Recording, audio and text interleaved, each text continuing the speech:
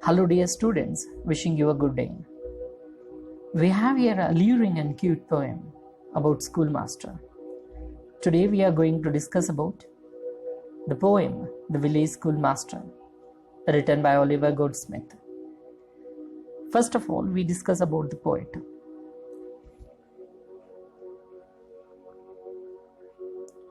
Oliver Goldsmith was an Anglo-Irish poet, and he was not only a poet but also a dramatist, playwright, and novelist. He was born on November 10, 1728. His father named Charles Goldsmith and mother Anne. When he was 8 years old, at that time, he had a severe attack of smallpox, which disfigured him for life. In spite of repeated interruptions, disturbance in his studies, although he managed to take his BA degree. Oliver Goldsmith was remarkable for his literary genius. He is known for his humanity and humor. His most popular novel, The Vicar of Wakefield, it has delighted generation of young and old readers. He also wrote two long poems. First one, The Traveller. Second one, The Deserted Village. The present poem, The Village Schoolmaster, is an extract from The Deserted Village. The poet feels sad at disappearance of an idealistic picture of his native village of Lissoy. It was deserted as a result of the Industrial Revolution. The pen portrait of the village schoolmaster is one of the most enduring in the whole of English literature. The original of the schoolmaster is supposed to be Thomas Barron. And the question arises that who was Thomas Barron? Thomas Barron was a retired soldier who had opened a school at Lissoy. The poem gives a character sketch of the village schoolmaster who taught the villagers there. It also gives views of children and the villagers about the schoolmaster. It is one of the best known poems of the 18th century. Moreover, at the end, Oliver Goldsmith died prematurely, early in his age, in 1774, due to his self-misdiagnosis of his kidney infection. He was buried in Temple Church in London. At the end, I want to tell you a famous quote by Oliver Goldsmith. Our greatest glory is not in never falling, but it is rising every time we fall.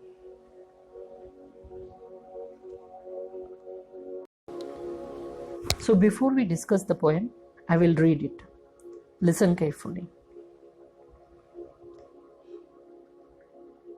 Beside yon straggling fence that skirts the way, with blossomed furze, unprofitably gay, there in his mansion, skilled to rule, the village master taught his little school.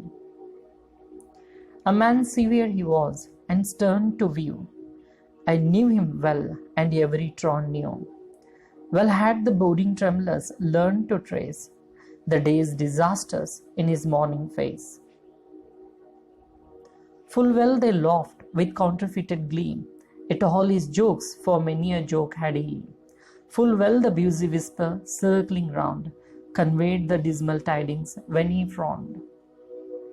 Yet he was kind, or if severe in aught, the love he bore to learning was in fault. The village all declared how much he knew. 'Twas certain he could write and cipher too. Lands he could measure, terms and tides presage, and even the story ran that he could gauge, and in arguing too, the person owned his skill, for even though vanquished, he could argue still.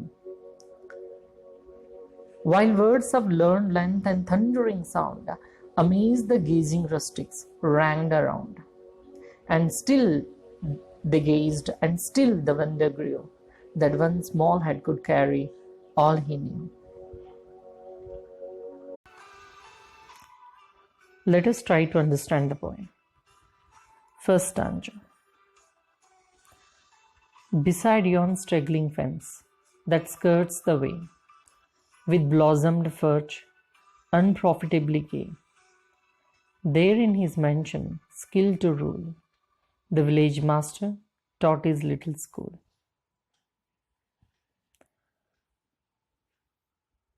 Here, fence, it means boundary or barrier. Skirts, it means go round. Blossomed means mass of flowers. Furge, it means grass. Unprofitably, it means being without profit. Gay, J-Y gay, it means merry or happy. Mansion, it means large, impressive house. Here, in this particular stanza, the poet expresses that the school was situated on the outskirts of the village. Fence that skirts the way. It means beside over there, the barrier made maybe by wood and spreading out around with blossomed furze. It means with the flowers and grass inside that area. It means that around the school there is a lot of flowers and grass grown. The village schoolmaster used to teach his little school. He was a highly skilled person and he lived in a mansion. And school was located beside his house.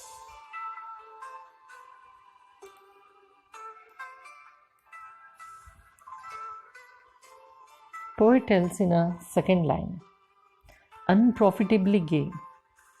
Underline the word unprofitably gay, because now schoolmaster had passed away. No one was there to enjoy. Now we can move to the second stanza.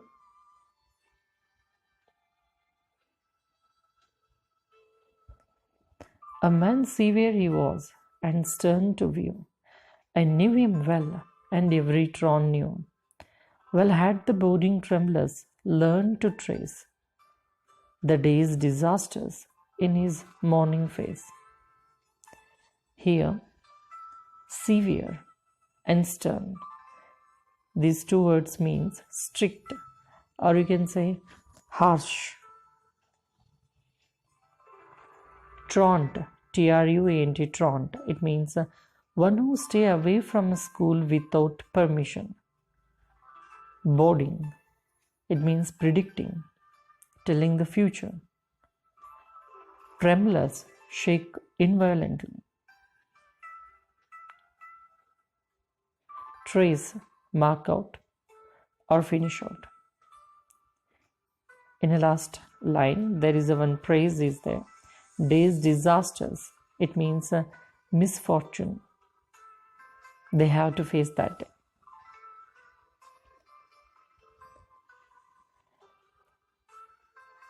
In the first line, a man severe he was, and stern to view.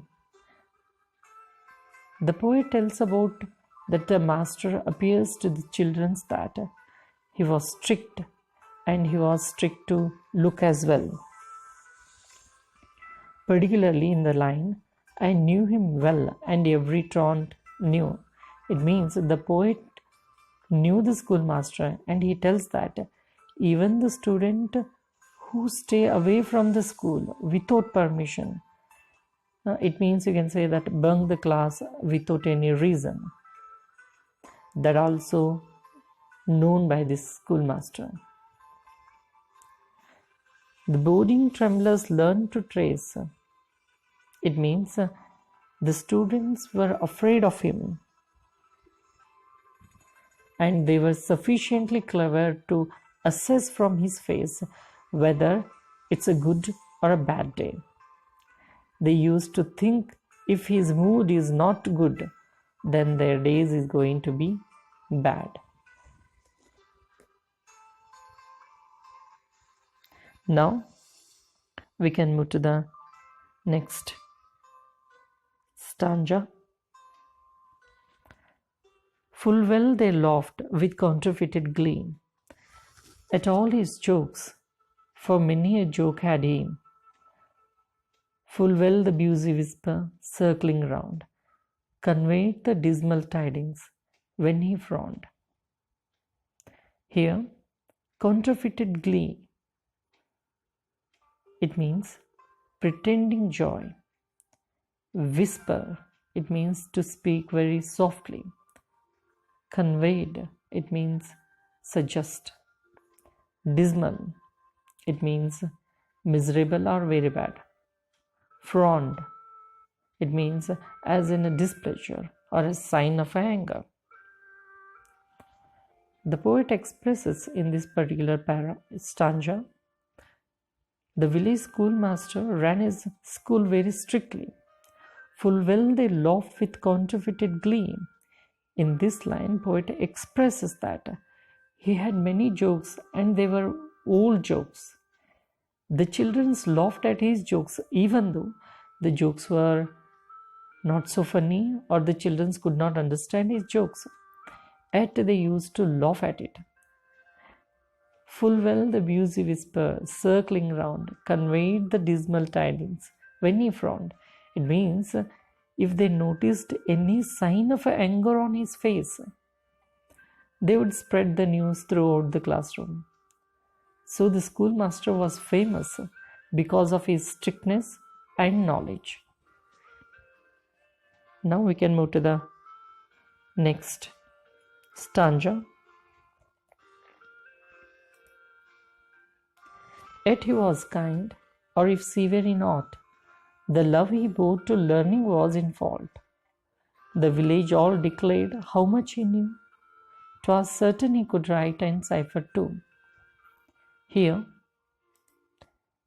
the word ought, first line, last word, ought, A-U-G-H-T, it means in any degree, anything whatever. And in a second line, there is a word bore, it means drill into. Fault, it means responsibility for something wrong. Twas, T-W-A-S, it means there was. It is a shortened form. Certain, it means unfailing. Cipher, it means code or a secret message. Here in this line, yet he was kind or if severe in aught. It means though the schoolmaster was strict, although he was very kind at heart and helping natured person. In second line, the love he bore to learning was in fault. It gives the meaning like this way. Master had a fault that he used to love learning things. He was particularly shrewd and pretended to be a scholar. And in the line, the village all declared how much he knew. It means one day villagers decided to test him for his wisdom. In the last line of the stanza, 'twas certain he could write and cipher too. It means Master was able to write and solve the secret messages and solve the mathematical problems such as more complex as well as calculating liquid in a barrel or rainfall. So here I will tell you a tongue twister. You just listen it and enjoy. If possible, try it. A real mathematician can mathematically mathematize mathematics in a mathematical mathematicalization. So if a mathematician can mathematize mathematics in a mathematical mathematicalization, why can't you mathematically mathematize mathematics in a mathematical mathematicalization? Like the mathematician who mathematically mathematizes mathematics in a mathematical mathematicalization. Oh, okay. I think you enjoyed it. Now we can move to the next stanza.